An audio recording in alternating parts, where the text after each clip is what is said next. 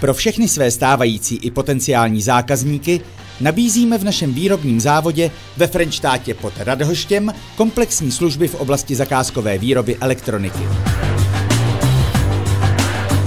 Využíváním nejnovějšího technického vybavení zajišťujeme kvalitu a rychlost při výrobním procesu. Desky plošných spojů osazujeme technologií SMT, klasickou technologií nebo také kombinovaně.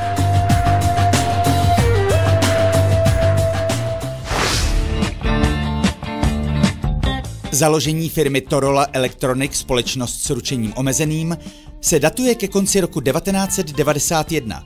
Zakládajícími členy byli 3 nadšenci, inženýři elektrotechniky a mikroelektroniky, kteří svou hlavní podnikatelskou aktivitu od počátku směřovali na vlastní vývoj, výrobu a prodej elektronických systémů pro automobilovou a měřící techniku.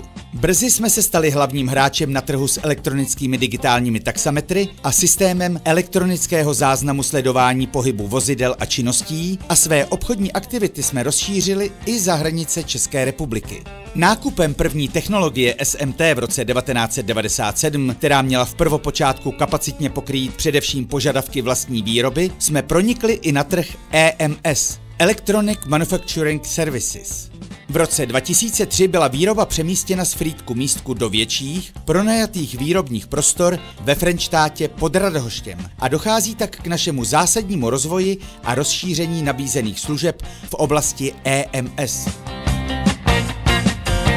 Během krátké doby vzniká 100 nových pracovních míst.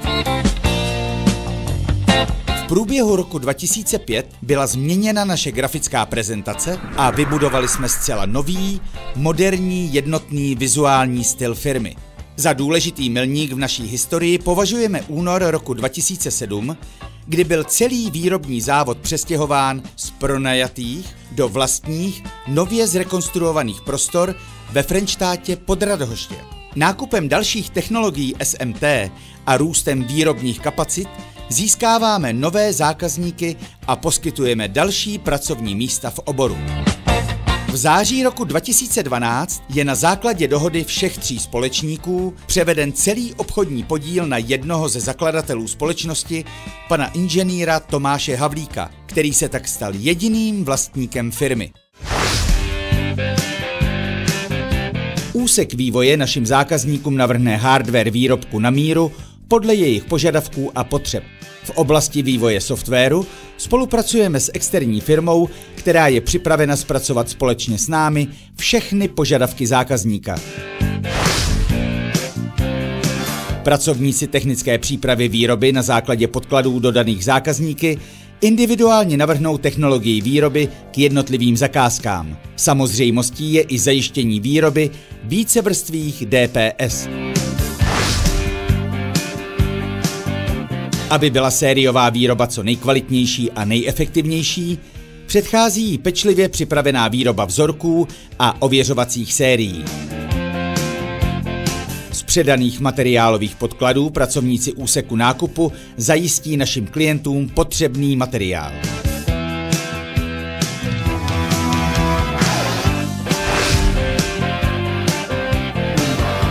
Dodaný materiál prochází vstupní kontrolou, která zachytí všechny materiálové neshody, aby tak zajistila bezchybný začátek výrobního procesu.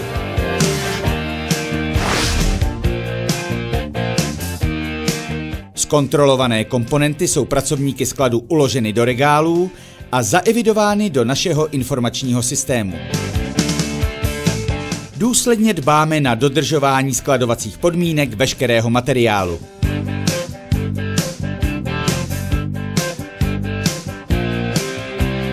Při dodržení zásad FIFO, First in, First out, pracovníci skladu na základě výrobního příkazu vyskladní materiál pro výrobu.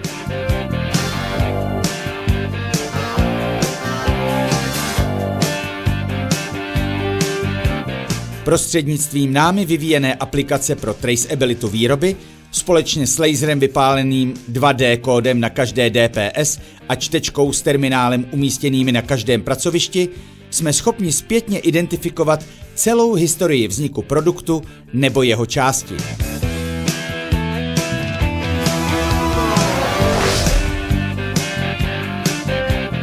Při samotné realizaci osazování a pájení desek plošných spojů využíváme 2 osazovacích linek SMT s automatickými sítotiskovými zařízeními s velmi přesným nanášením pájecí pasty nebo lepidla. Dále s několika osazovacími automaty s různými parametry a dále plně konvekčními riflou pecemi, jak pro olovnatý, tak i pro bezolovnatý výrobní proces.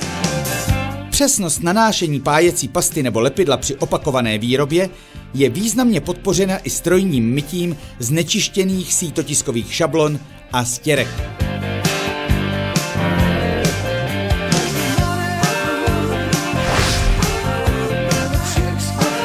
Technologie vyžadující ruční osazení vývodových součástek provádíme na pracovištích pro tvarování a ruční osazování desek plošných spojů při dodržování základních zásad pro antistatické pracoviště. Výrobky jsme schopni ručně zapájet jak olovnatou, tak i bezolovnatou technologií.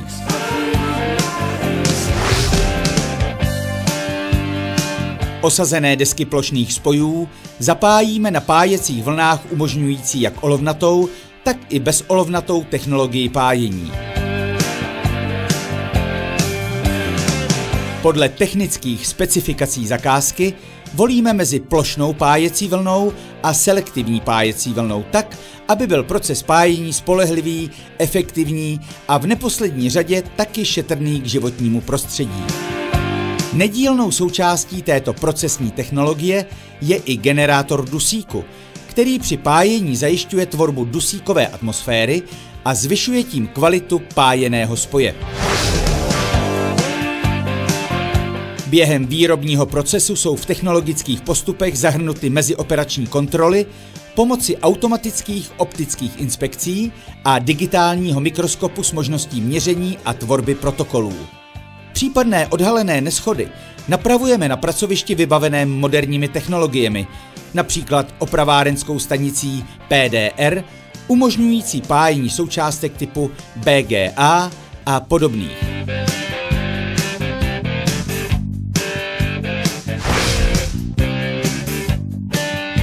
Zapájené a zkontrolované desky plošných spojů zbavíme v jednokomorové postřikové myčce zbytků tavidel a jiných nečistot.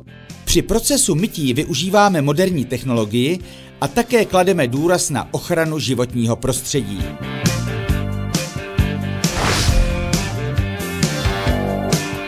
U elektronických sestav určených pro provoz v náročném prostředí provádíme strojní nanášení ochranné vrstvy laku v plně automatizované lince.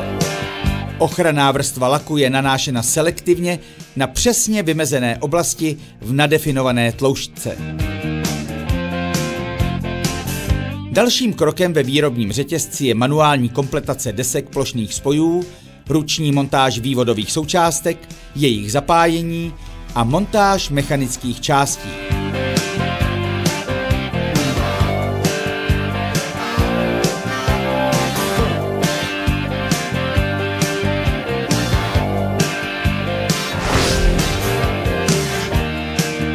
Všechny výrobky procházejí pracovištěm oživování a funkční kontroly, kde je naši kvalifikovaní pracovníci oživují, vybavují firmwarem, nastavují a testují. Provedené testy a jejich výsledky, včetně testovacích protokolů, ukládáme v rámci traceability výroby do našeho informačního systému. Na tomto pracovišti provádíme i výstupní kontrolu.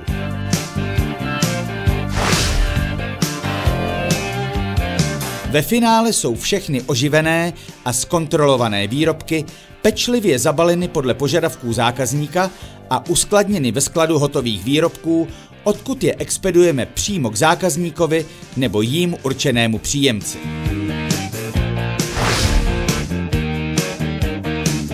Pracovníci úseku obchodu jsou připraveni flexibilně reagovat na všechny požadavky zákazníků. Zpětně vyhodnocujeme spokojenost s průběhem zakázek s cílem kontinuálního zlepšování našich služeb.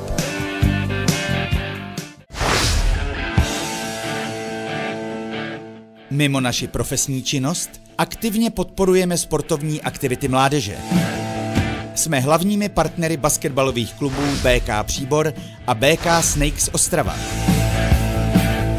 Naše podpora je vždy koncipována komplexně a řízeně, tedy vedle finanční podpory zajišťujeme propagaci, organizujeme klubové prezentace a mediální podporu.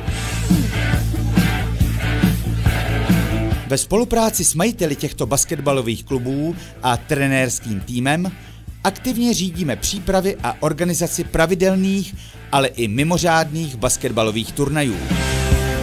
Již tradicí se stal každoroční mezinárodní mládežnický turnaj Torola Cup, který již získal díky své vysoké organizační i sportovní úrovni mezinárodní ohlas a kredit.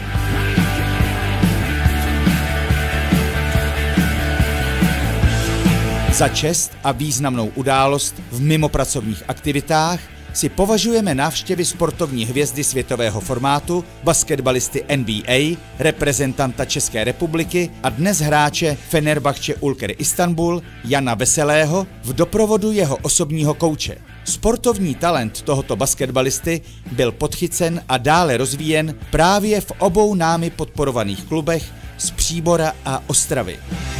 Další oblastí našeho sponzorského zájmu je kromě podpory sportovních klubů taky oblast školství a vzdělávání.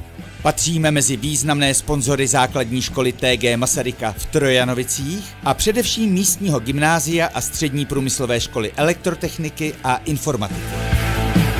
Absolventi této střední elektrotechnické školy u nás nacházejí profesní uplatnění jako naši kmenoví zaměstnanci.